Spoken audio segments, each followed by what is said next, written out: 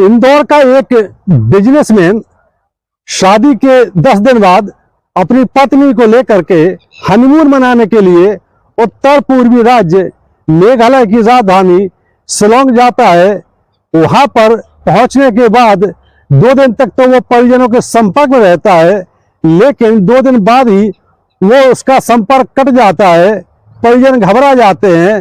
जब तलाश की जाती है तो 11 दिन बाद उस बिजनेसमैन की डेड बॉडी शिलोंग की घाटियों में बरामद किया जाता है, लेकिन उसकी पत्नी का कोई पता नहीं चल रहा है।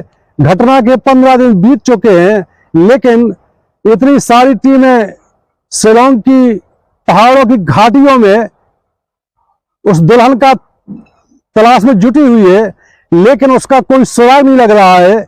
इस मामले को लेकर के कई बातें सामने आ रही हैं। आइए पूरे घटनाक्रम को सिलसिलेवार समझते हैं कि आखिरकार इस नवविवाहित दंपति के साथ आखिरकार शिलोंग में हुआ क्या है।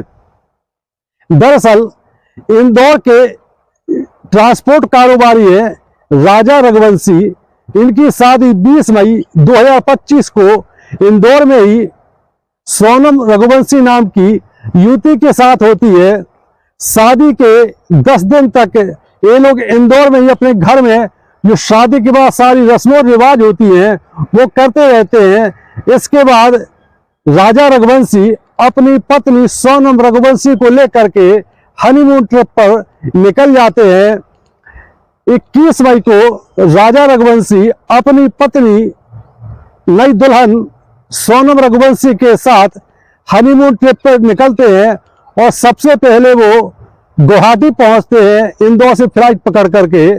गुवाहाटी पहुंचने के बाद वो कामाख्या देवी मंदिर में मां के दर्शन करते हैं। वहां से इन लोगों की प्लानिंग श्रीलंका जाने की थी, लेकिन कुछ लोगों ने बताया कि आप लोग गुवाहाटी आए हुए हैं और यदि आप लोगों को प्रकृति का आनंद लेना है तो आप लोग शिलोंग, मेघालय की राजधानी शिलोंग के आसपास बहुत खूबसूरत दृश्य है, प्राकृतिक सुंदरता है, आप वहां जाकर के हनीमून का आनंद ले सकते हैं। राजा रघुवंशी ने अपनी पत्नी सोनम रघुवंशी से इस बारे में डिस्कशन किया।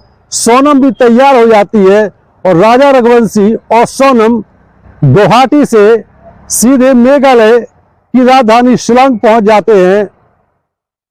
गुवाहाटी से शिलोंग की दूरी लगभग 70 किलोमीटर बताई जाती है। ये लोग एक टैक्सी के माध्यम से शिलोंग पहुंचते हैं। शिलोंग ये लोग 22 तारीख को पहुंच जाते हैं। 22 तारीख को ये लोग शिलोंग में एक होटल में रुकते हैं। इस दौरान राजा रघुवंशी और उनकी पत्नी सोनम रघुवंशी अपने परिजनों के संपर्क में रहती है, लगातार बातचीत होती रहती है। 22 तारीख को ये लोग शाम को पहुंचने के बाद 23 तारीख को वहां ये शिलोंग की जो हसीन वादियां हैं, प्राकृतिक खूबसूरती है, शिलोंग के पास ही कई ऐसे स्पॉट हैं जहां पर बहुत हसीन वादियां हैं, पहाड़ हैं, झरने हैं। प्रकृति ने यहाँ पर अपनी पूरी गिफ्ट दे दी है, अपनी सौगात दे दी है। इतनी खूबसूरत जगह है। ये लोग 23 तारीख को घूमने की प्लानिंग करते हैं और वहाँ ये होटल से निकल करके पास ही वहाँ पर कुछ गांव बने हुए हैं जो वहाँ पे स्पॉट के पास है। वहाँ पे कई होम स्टे बने हुए हैं। ये होम स्टे में स्टे करते हैं और वहाँ से एक स्कूटी किराए पर लेते हैं और वहाँ की जो हसीन वादियाँ हैं, खूबसूरत नज़ारे हैं, वो देखने के लिए निकल जाते हैं। 23 तारीख को लगभग 1:30 बजे राजा रघुवंशी की इंदौर में रहने वाले अपने परिवार से बातचीत होती है। राजा रघुवंशी की अपनी माँ से बात होती है। वो माँ को बताते हैं कि हम लोग पहाड़ी चढ़ रहे हैं, पहाड़ चढ़ रहे हैं। तो उसकी माँ ने कहा कि पहाड़ चढ़ने की क्या जरूरत है, पहाड़ों में क्या देखने जाते हो।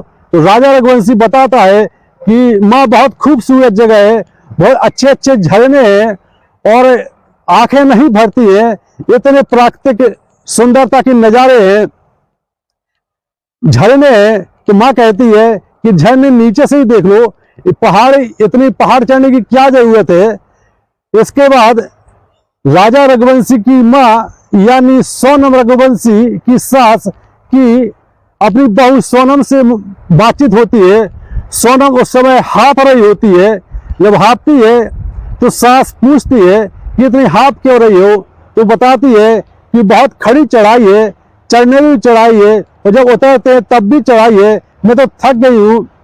तो सास समझाती है कि ऐसी चढ़ाई करने का क्या मतलब है, इतनी हाँफ रहे हो आप लोग, इतने थक गए हो, कुछ खाया पिया है कि नहीं।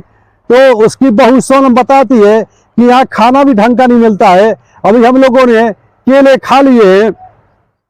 इसके बाद सोनम अपनी माँ सास से कहती है कि मैं नीचे पहुंच करके आपको कॉल करती हूँ, अभी यहाँ पर नेटवर्क की थोड़ी प्रॉब्लम है।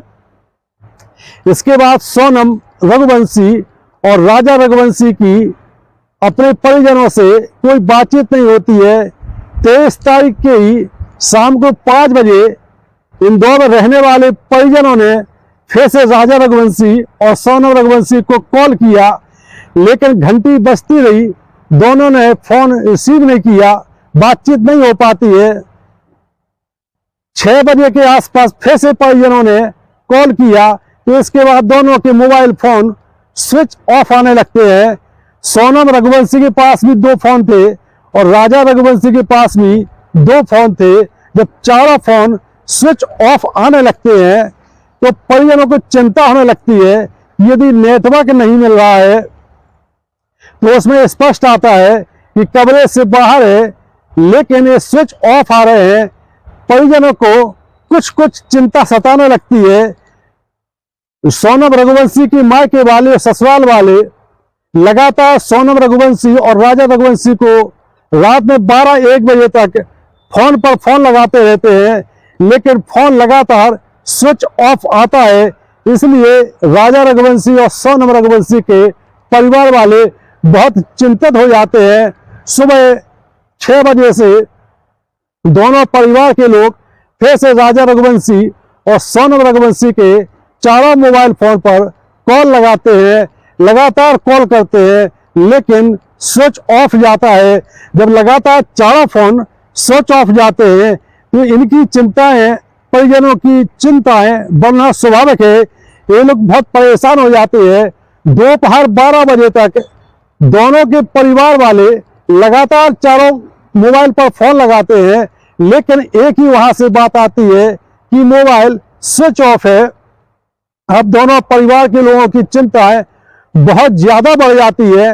इसके बाद राजा रघुवंशी और सोनम रघुवंशी के परिवार के लोग इंदौर पुलिस के पास पहुंचते हैं और फरियाद करते हैं कि गुमशुदगी की रिपोर्ट दर्ज की जाए और शिलांग में जहां वो लोग रुके हुए थे संबंधित पुलिस थाने क्षेत्र से संपर्क करके दोनों का पता लगाया जाए। इंदौर पुलिस ने कहा कि चूंकि मामला शिलांग का है, इसलिए गुमशुदगी की रिपोर्ट शिलांग में ही दर्ज की जाएगी। हम इतना कर सकते हैं कि शिलांग पुलिस से संपर्क करके इस मामले की पड़ताल करने की बात कर सकते हैं। इसके बाद राजा रघुवंशी का बड़ा भाई विपिन रघुवंशी और सोनम रघुवंशी का बड़ा भाई गोविंद रघुवंशी शिलांग के लिए रवाना हो जाते हैं। इंदौर से फ्लाइट पकड़ते हैं। ये फ्लाइट इंदौर से पहले बेंगलोर जाती है, बेंगलोर से गुवाहाटी जाती है, फिर गुवाहाटी से बाई बस या बाई कार शिलांग जाना पड़ता है।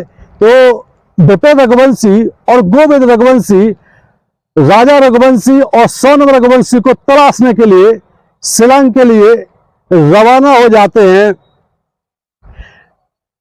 विपिन रघुवंशी और गोविंद रघुवंशी शिलांग अगले दिन पहुंच जाते हैं।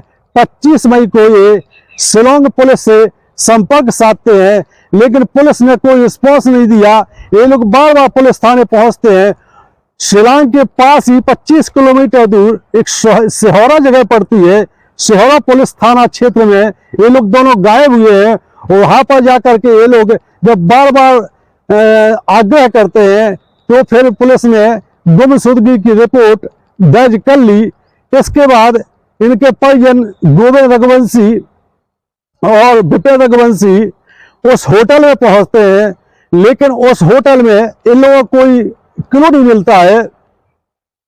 होटल वाला बताता है कि वो लोग यहाँ से लगभग 1:30 बजे परसों यहाँ से चेकआउट करके निकल गए थे।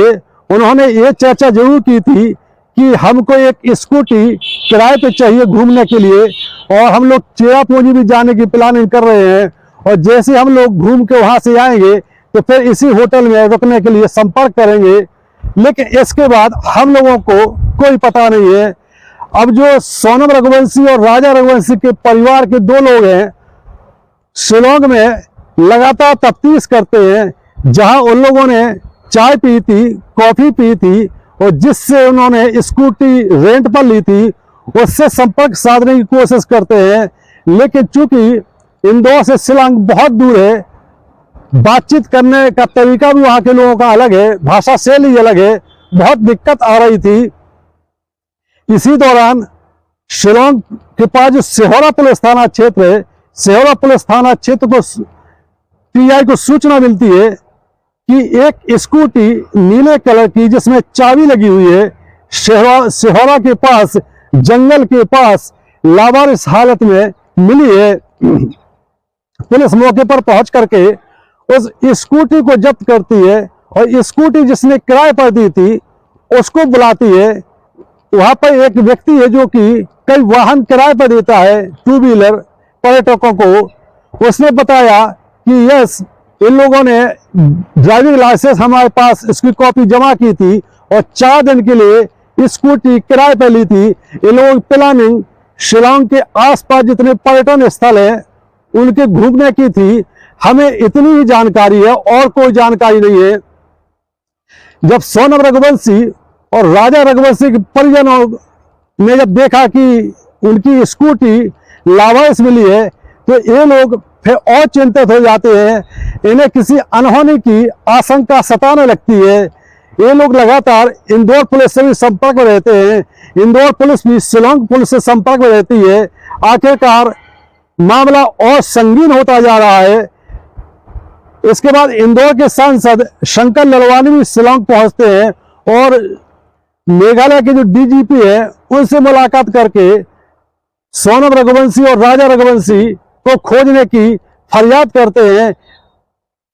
मामला चूंकि एक हाई प्रोफाइल था, इसलिए मध्य प्रदेश के मुख्यमंत्री मोहन यादव के संज्ञान में मामला आता है। तो मोहन यादव ने मेघालय के मुख्यमंत्री से सहयोग करने का आग्रह किया।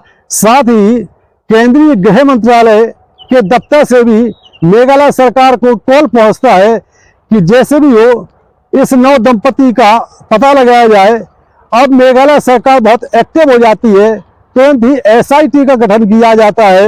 एनडीआरएफ, एसडीआरएफ और शिलांग पुलिस खोजने में जुट जाती है। क्योंकि जिस जगह से ये लोग गायब हुए वो पूरी जगह बहुत पहाड़ी इलाका है, एक प्रकार से दुर्गम इलाका है। चारों तरफ बहुत बड़ी बड़ी घाटियां हैं और इतनी बड़ी घाटियां हैं कि उसमें अंदर सर्चिंग करना बहुत टेढ़ी खीर है। इसके बाद ड्रोन की मदद ली गई। ड्रोन के माध्यम से जब लगातार सर्चिंग की जाती है तो घटना के 11 दिन बाद 2 जून 2025 को सिहोरा में जहां एक स्कूटी मिली थी, स्कूटी से 20 किलोमीटर आगे एक घाटी में 1000 फीट के नीचे एक डेड बॉडी ड्रोन कैमरे में कैप्चर की जाती है। जब टीमें मौके पर पहुंचती है तो वहां पर एक डेड बॉडी सड़ी गड़ी हालत में मिलती है। उसके बाद डेड बॉडी को पोस्टमार्टम हाउस ले जाया जाता है और पुलिस सोनम रघुवंशी और राजा रघुवंशी के भाइयों को सूचित करती है कि एक डेड बॉडी घटना स्थल से 20 किलोमीटर दूर मिली है, आकर के देख लो। विपे रघुवंशी जो कि राजा रघुवंशी का भाई है और सोनम रघुवंशी का भाई गोविंद रघुवंशी डेड बॉडी को देखने के लिए पहुंचते हैं, लेकिन डेड बॉडी इतनी सड़ी गड़ी हालत में थी कि पहचान में आना बड़ा मुश्किल हो रहा था।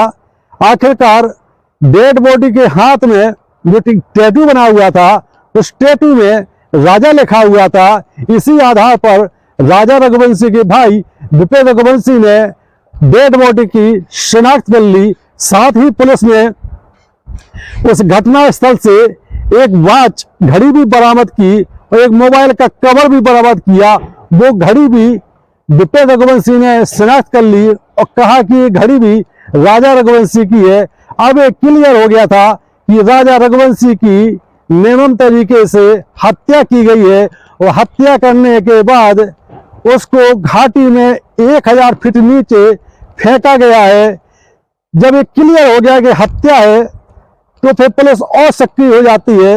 लेकिन सबसे बड़ा सवाल कि राजा रघुवंशी का तो मर्डर कर दिया गया, उसकी पत्नी सोनम रघुवंशी कहाँ है?